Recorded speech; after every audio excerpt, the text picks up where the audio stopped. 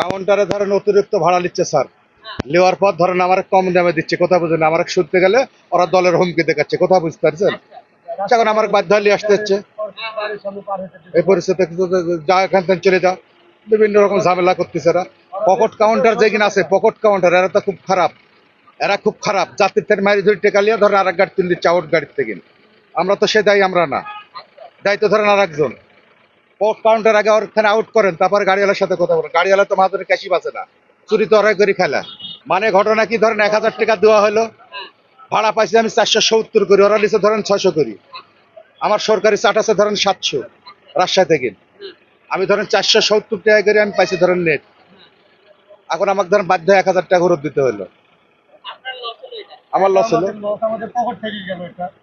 আমার কাছ থেকে মূলত 600 টাকা নিচে। তো হচ্ছে ভাড়া মেইনলি নর্মালি আমরা 350 টাকা যাতায়াত করি। তো ওনারা অভিযোগ করতেছে যে কাউন্টার নিচ্ছে, কিন্তু কাউন্টার থেকে ওনাদের বলে 500 টাকা দিছে, 100 টাকা কাউন্টার বেশি নিছে।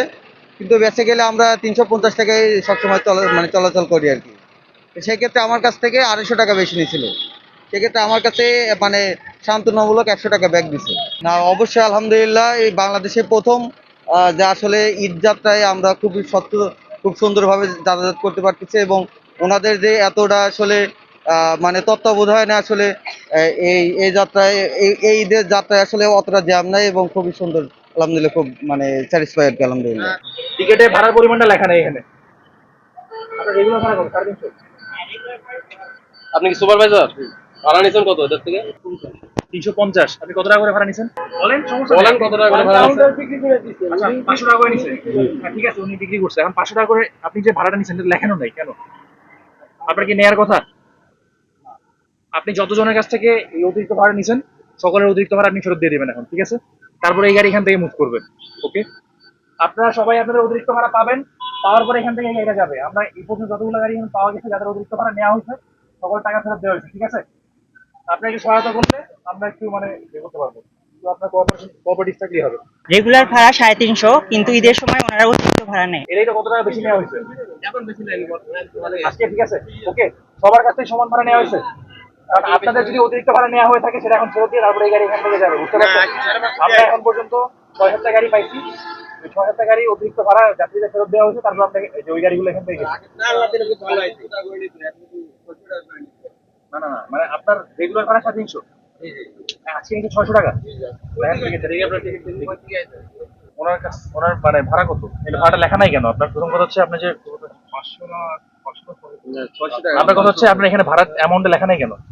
কাউন্টার স্যার, কাউন্টার হোক আর যেটাই হোক, আপনি মানে আমি বুঝবো কিভাবে? আপনি যে আমাকে এটা রিসিট দিচ্ছেন, ওটা তো আমি বুঝতে হবে না যে আমি এতটা ভাড়া দিয়ে আসছি?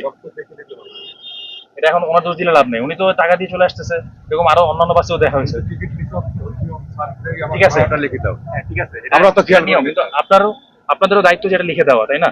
আর অন্যান্য অনেক বাসে ইন্টেনশনালি এগুলো করা হয়েছে, যারা অতিরিক্ত ভাড়া নিচ্ছে, বুঝতে পারছেন?